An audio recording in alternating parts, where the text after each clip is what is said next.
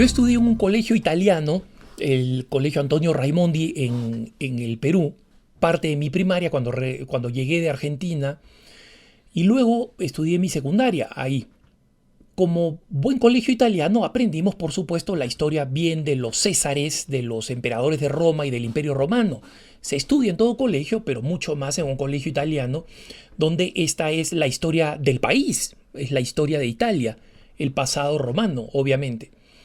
Y como tal, estudié también al emperador Constantino. Por eso, cuando finalmente decidí vivir como católico, me sorprendió toda esta leyenda negra que existía alrededor de Constantino, un emperador que fue importante para la historia de la Iglesia, pero ni remotamente ha tenido la importancia o el impacto que hoy en día le aplican. Y por eso quiero responder a alguien que me pide que haga un punto de vista sobre el emperador Constantino, pero creo que es importante señalar no solamente quién es Constantino, sino quién no es Constantino, que es la parte más importante. Y voy a explicar por qué. Por qué es importante señalar quién no es Constantino. La vida de Constantino es relativamente sencilla. Él nace en el 272 y muere en el Ponto en el 337. ¿Cuál es la importancia fundamental de Constantino? Es que siendo emperador, para la historia de Roma es muy importante porque durante su tiempo Roma solo vio expansión, es decir, fue un gran acrecentador o agigantador del Imperio Romano.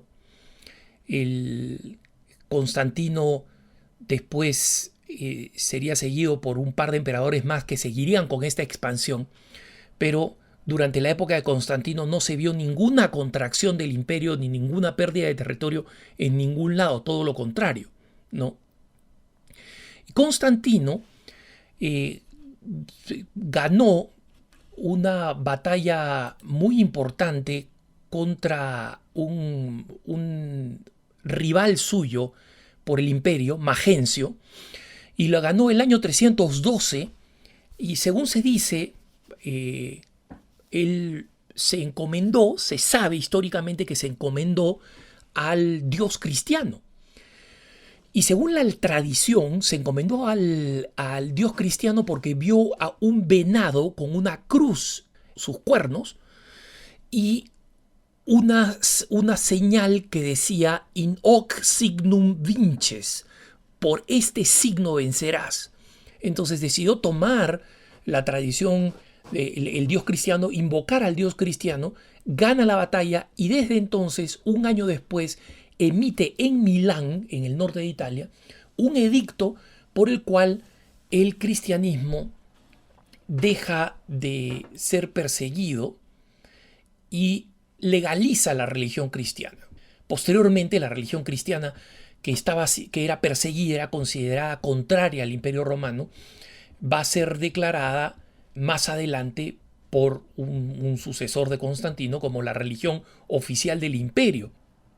Pero a Constantino se le debe el haber dado este edicto de Milán, el 313, y luego haber convocado al primer concilio de la historia de la Iglesia, si es que no contamos el de Jerusalén, el que está en los Hechos de los Apóstoles, cuando los apóstoles con Pedro y Pablo se reúnen para discutir en Jerusalén el tema de qué hacer con los que no han sido judíos y quieren ser cristianos, si primero tienen que hacerse judíos, y todos sabemos que finalmente gana la tesis de Pablo de que no necesitan hacerse judíos, pueden ser cristianos directamente sin necesidad de aceptar la ley judía ni aceptar la circuncisión, etc.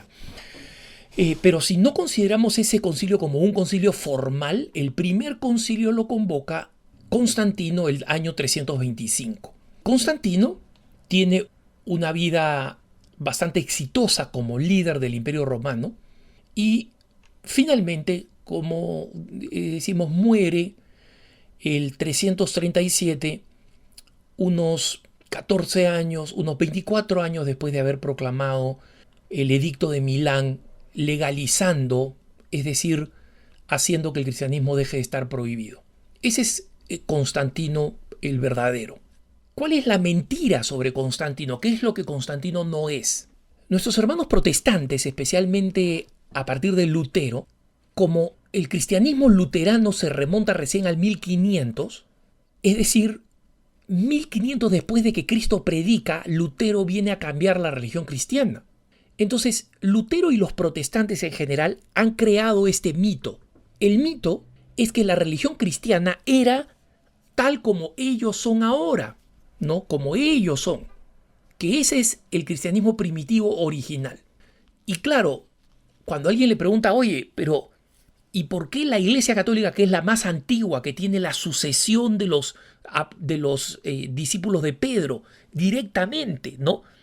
Pedro, Lino, Anacleto, Clemente, etcétera, etcétera, y van sucediendo hasta directamente llegar al Papa Francisco?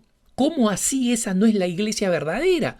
¿Cómo así la iglesia verdadera es esta iglesia que surge recién por un capricho de Lutero en el siglo XVI, en el 1500? Allí es donde ellos encuentran una solución simple en Constantino. Resulta que Constantino es el creador de la Iglesia Católica como la conocemos. Él fue el que paganizó, entre comillas, los ritos cristianos, convirtiéndolos en los que hoy en día es la misa. Él fue el que, al convocar el concilio de Nicea, prácticamente lo manipuló o determinó cuáles eran los contenidos. Y él fue el que influyó como emperador cristiano en que la estructura de la iglesia se replicara o reprodujera la estructura del Imperio Romano, que la iglesia era informal, no tenía sacerdotes, no tenía obispos, etc., y que Constantino es el que la convierte en la iglesia jerárquica con su sede en Roma que hoy en día conocemos. En consecuencia, Constantino es el malo de la película, ¿no? Obviamente nuestros hermanos ortodoxos piensan lo contrario. De hecho, para los ortodoxos, Constantino es santo, le llaman San Constantino. Él fue el que restableció la grandeza imperial de la ciudad que se volvería la capital de la ortodoxia por siglos, Constantinopla, ¿no? O Constantinópolis. Ya ven ustedes de dónde viene el nombre, Constantinópolis, la ciudad de Constantino, que hoy en día es Estambul. Entonces, la verdad es que la realidad histórica, cualquiera que estudie la realidad histórica, demuestra que este mito de los protestantes carece completamente de fundamento histórico. Primero, Constantino legalizó el cristianismo y en consecuencia el cristianismo se dejó de perseguir por un tiempo, porque llegarían otros emperadores, como Juliano el Apóstata, por ejemplo, posterior, que ya estaban bautizados cristianos y sin embargo promovieron la persecución de los cristianos, es decir, la persecución en el Imperio Romano todavía se produjo un par de veces más después de Constantino. En segundo lugar, Constantino no influyó absolutamente nada en el primer concilio de Nicea, porque el concilio de Nicea enfrentó al arrianismo con los grandes obispos de la época que estaban a favor de proclamar la doble naturaleza de Jesucristo, humana y divina. El arrianismo afirmaba que Jesucristo tenía una sola naturaleza, una naturaleza humana, que no era Dios y que no podía ser Dios, porque aunque había sido la primera creación del Padre, era una creación, era una criatura. Constantino no tuvo manera de influir en esto. Dicho sea de paso, lo que confirmó el primer concilio de Nicea es lo que nuestros hermanos protestantes creen, que Jesucristo es Dios y hombre, que tiene una doble naturaleza. Eso también lo creen ellos. Pero sobre la estructura de la iglesia no se discutió nada y Constantino no influyó nada por una sencilla razón. Cuando se convoca el concilio de Nicea el 325, Constantino tenía una enorme simpatía por el cristianismo. Había visto, como digo, la cruz famosa y Nox signo vincis, pero nunca se había convertido al catolicismo, al cristianismo. De hecho, era un hombre tan ocupado y tan pragmático que su catecumenado, su preparación para entrar a la iglesia, duró muchísimos años, décadas prácticamente. Y Constantino no formó parte de la Iglesia Católica sino desde su lecho de muerte. Poco tiempo antes de morir recibe el bautismo y recién se bautiza cuando está por morir, cuando ya tenía suficiente conocimiento de la fe, porque antes de eso Constantino no conocía nada de la fe. Entonces es importante comprender esto.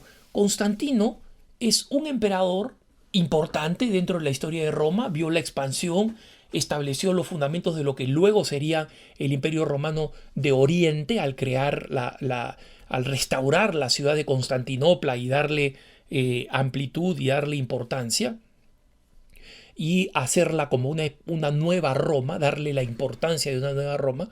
Pero después, desde el punto de vista personal, su gran importancia radica en haber establecido el cristianismo como una religión que ya no está prohibida. Punto. Después no influye absolutamente nada en las leyes internas y en la marcha de la iglesia. Los protestantes nos quieren hacer creer que Constantino cambió completamente la iglesia, la convirtió en una especie de copia o de réplica del Imperio Romano, y que desde entonces viene una iglesia católica contaminada por poderes imperiales. Esto es completamente falso, y la iglesia católica que conocemos hoy es sorprendentemente semejante a la iglesia primitiva y es sorprendentemente semejante a la iglesia descrita en los Hechos de los Apóstoles. No así nuestros hermanos evangélicos. Pero para poder justificar su llegada completamente tardía, 1500 años después de Cristo, los protestantes han creado este mito. Pero cualquier historiador que conoce de Constantino va a decir: Constantino tuvo el gran mérito de levantar la prohibición del cristianismo, pero su impacto sobre el cristianismo primitivo fue, fuera de, obviamente, permitir la práctica cristiana, que no es poca cosa, pero su impacto sobre la organización, el sistema y el modo de ser de la iglesia fue prácticamente nulo. Que tengas un buen día.